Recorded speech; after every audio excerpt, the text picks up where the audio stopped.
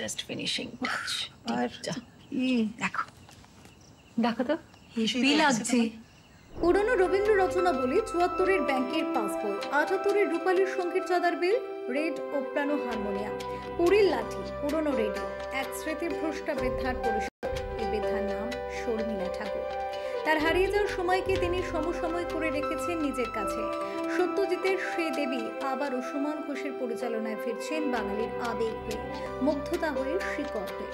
সেই শিকড়ের বিস্তার পুরাতন ছবির গল্পে জড়িয়ে থাকা গঙ্গার পার ঘেঁষা পুরনো বাড়ির শ্যাওলা রাঙা গাছের নিঃশ্বাসে। শর্মিলার সেই গহীন মন জানে গঙ্গার চোরাল স্রোতের প্রাচীন কথা, জানে অলস দুপুরের মাদকতা। বহুদিন পর কোনো বাংলা সিনেমায় অভিনয় করছেন শর্মিলা ঠাকুর। ঋতুপর্ণা সেনগুপ্ত এবং শর্মিলা ঠাকুরের অভিনয়ে মন কেড়েছে সকলের।